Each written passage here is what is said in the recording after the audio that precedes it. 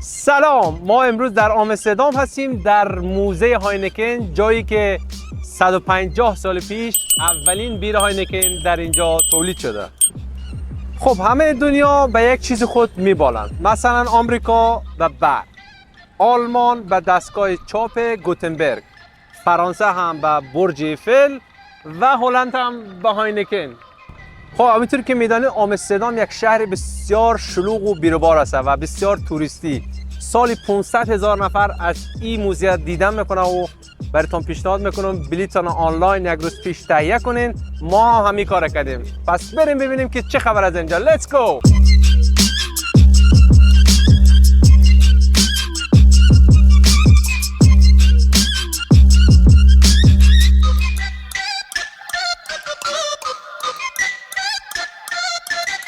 این ولاگ از آمستردام سنترال شروع می شود، جایی که اگر با آمستردام آمدین حتما می بینید.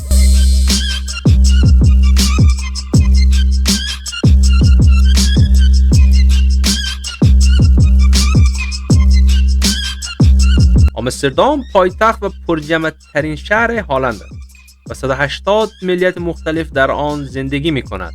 آمستردام هم پایتخت فرهنگی و هم پایتخت اقتصادی هلند به حساب میاد و شما می توانید موزیم ها و جاذبه های توریستی زیادی در اینجا ببینید.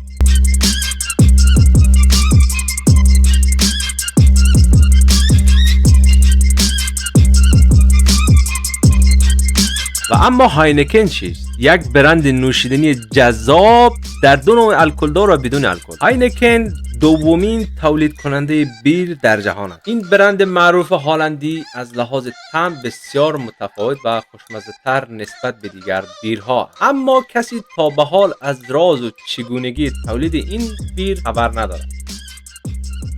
از همین خاطر امروز می‌خواهیم به موزه هاینکن برویم تا ببینیم این راز را کشف کرده می‌توانیم یا نه. پس با من تیموجین از چینل راهی همراه باشید. خب دوستان بلیط‌ها را تهیه کردیم و دیگه بریم داخل نشان بدیم برشان که اینجاست. من دیروز از وبسایت خودشان قیمت 23 یورو خریدم. خب زیاد قیمت نیست.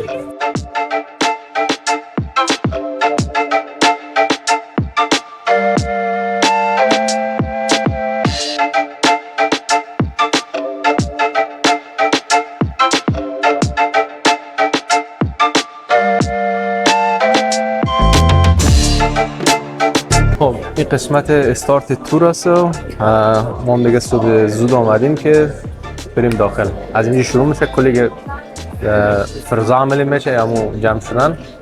یا میریم داخل ببینیم که چه خبره. Let's go.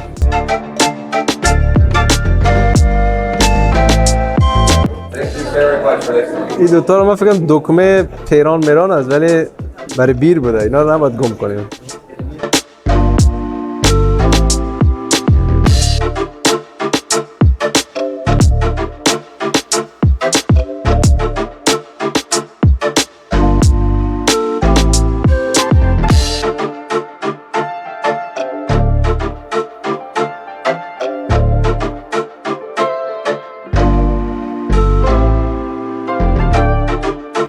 این دستگاه قدیمی که میبینین این احتمال خیلی زیاد برای پر کردن بوتلای بیر بوده.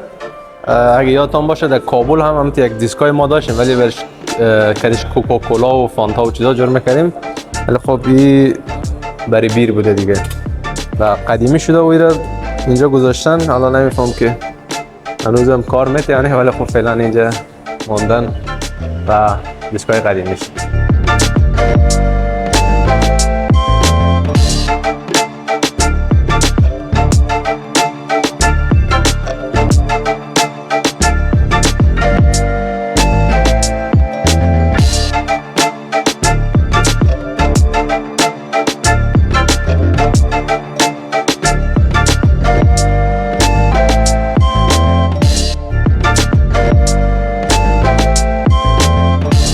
جرارد ادریان هاینکن حدود 150 سال پیش این کمپانی بزرگ را تأسیس کرد و امروزه در 170 کشور جهان هاینکن شعبه داره و میلیون ها نفر از این آبجوی لذیذ استفاده میکنند.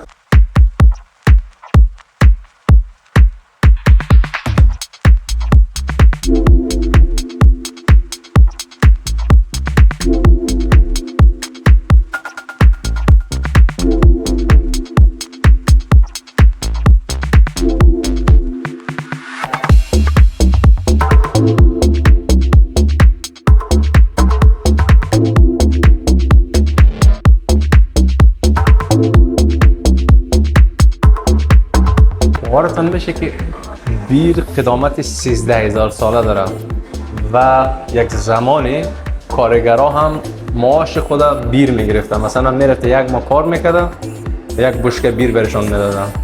و یک چیز دیگه هم که این بیر یک زمانی برش خدا هم جور کرده، حالا دقیق یادم نیست ولی به نام نینکاسی، یک الهه هست که در گذشته مثلا خدای آبجو یا همون بیر بوده. این لوگوهایی هم که میبینین از گذشته تا حالا هستن. این فعلا لوگوی فعلیش هستم و این هم فکر کنم اولین لوگویش باشه. و یک جالبی داره که این کمپانی خانوادگیه که 4 نسل پشت پشت این کمپانی و این فابریکه رو به حساب ادامه دادن و هنوزم از یک خاندان هستن به حساب کلشون.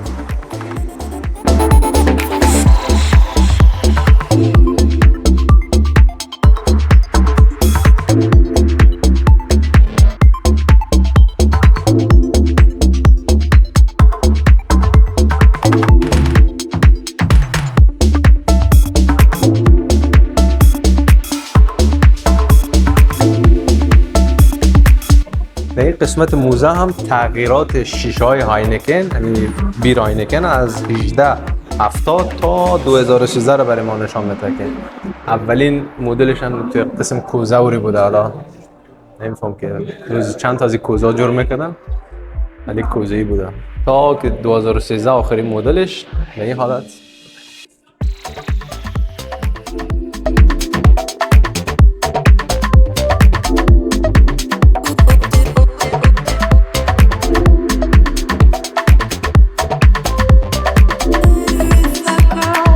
من این بوتلش میپسندم، فکر کنم مال 19 سیز قبل از جنگ جهانی دوم هستن، قشنگ‌تر هستن.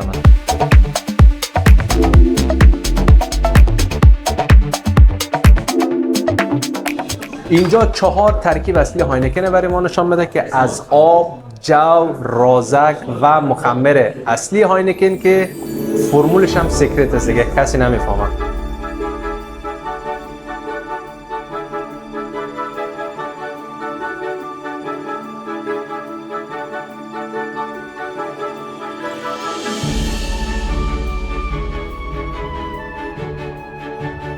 میگن قبل از اینکه نان اختراع شود بیر اختراع شده بوده. اول مردمای اولیه مثلا نان رو نمیفهمیدن ولی بیر اختراع کردن.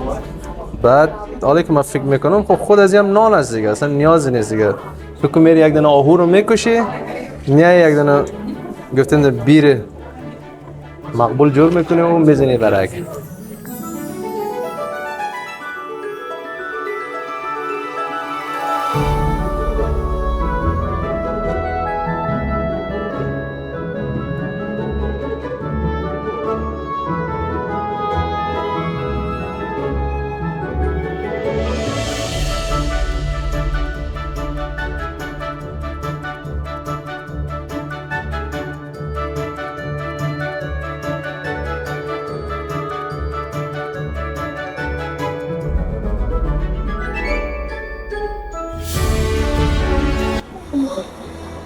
دوستا فکر نکنین که گوش کوچه جور میکنم. این جو است داخل آب اینجا حل میشه. البته یک نمونه برای ما جور کرده. اصلش اونو چیزای کلان هست، همین سیلو میگن چی میگن، مخزنای کلان جور میشده. بعد این هم یک نمونه مانده که مردم به چیز کنن. داخل آب این جو که میبینین در اینجا حل میشه. بعد آبش علیده میشه، جوش علیده میشه، جوش میبرن برای گاو و گوساله و چیزا. گاوش هم میره مرحله بعدی اونجا که چیزای دیگه میکس میشه بیر هاینکن.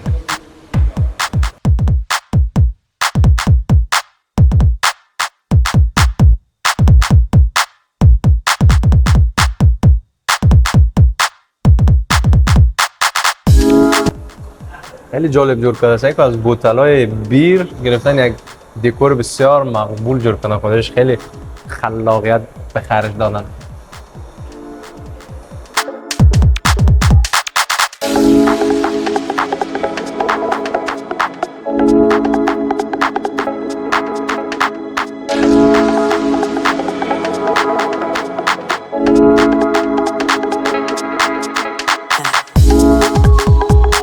اینجا در هر زبان همو سلامتی خود ما رو نشته کرده. مثلا در هالندیش میشه پروتس، در عربیش میشه فی صحتک، نمیفهم پولندی و چینیزی و هر زبان نوشته دیگه. زبان فارسی ننوشته ناجوانا. سلامتی خود ما.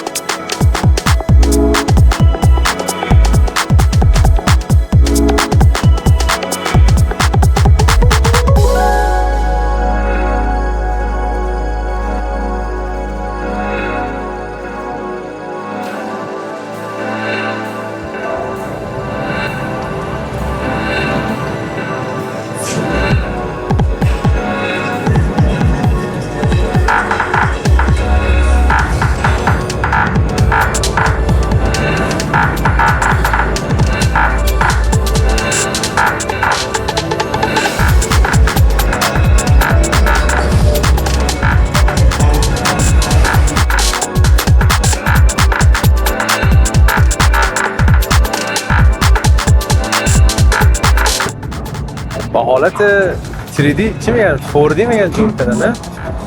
لرزش داره.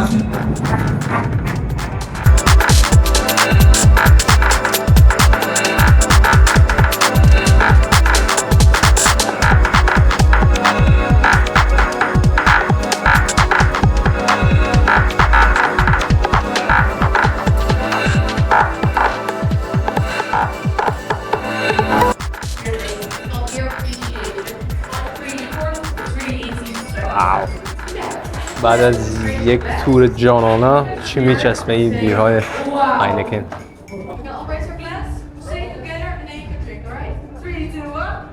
روتس.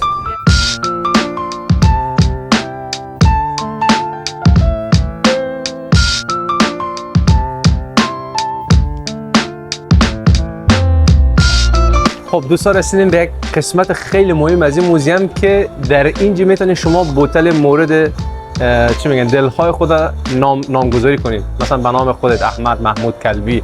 و ما هم یک سورپرایز خیلی کلام دارم. با ما باشین. Let's go.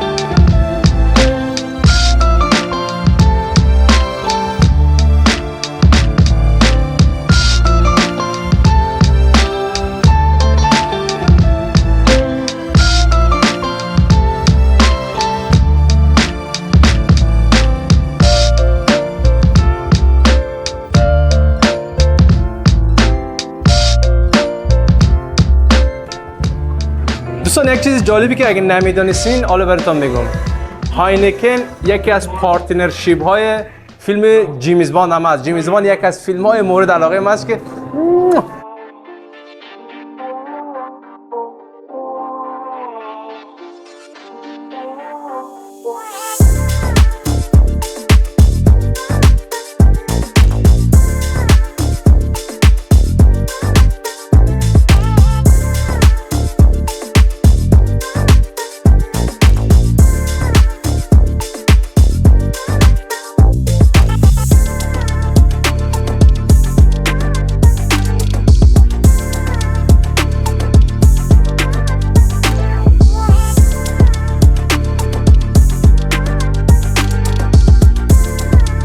این تابلویی که پشت سر میبینین در این معناست که همکاری هاینکن در 20 سال گذشته با چمپیونز لیگ است.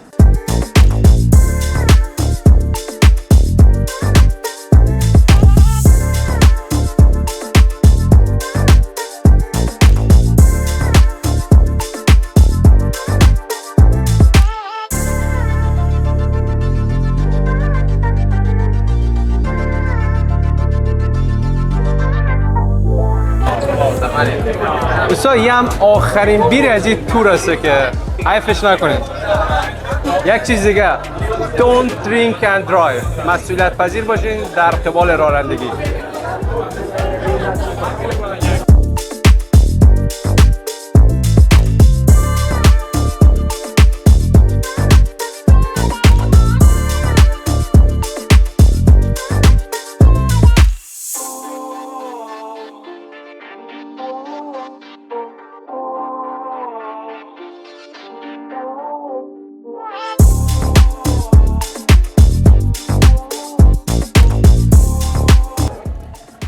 بریم که سورپرایز رو براتون بگیریم و نشان بدم.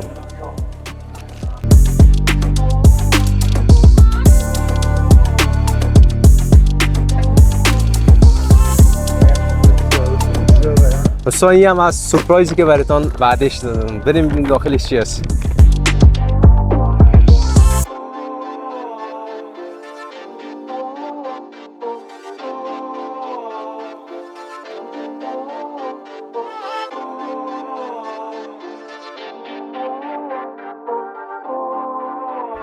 خب دوستان، ما اسم چینل خود به نام راهی تغییر دادیم به خاطری که خودتان میدونین که در وقتها کارهای ما روز به روز حرفه‌ای‌تر میشه و لازم دانستیم که یک اسم مناسب تری برای چینل خود انتخاب کنیم که در آینده در مشکل نخوریم. پس از این به بعد تیموجین ولاگ تبدیل شد به راهی. خب دوستان، هم از تور هاینکن اکسپریانس در آمستردام. امیدوارم که تا این لحظه براتون خسته کن نباشه و لذت برده باشین. با لایک و سابسکرایب از ما حمایت کنید. در آخر هم قدر سلامتیتون رو بدونین و بیشتر سفر کنید.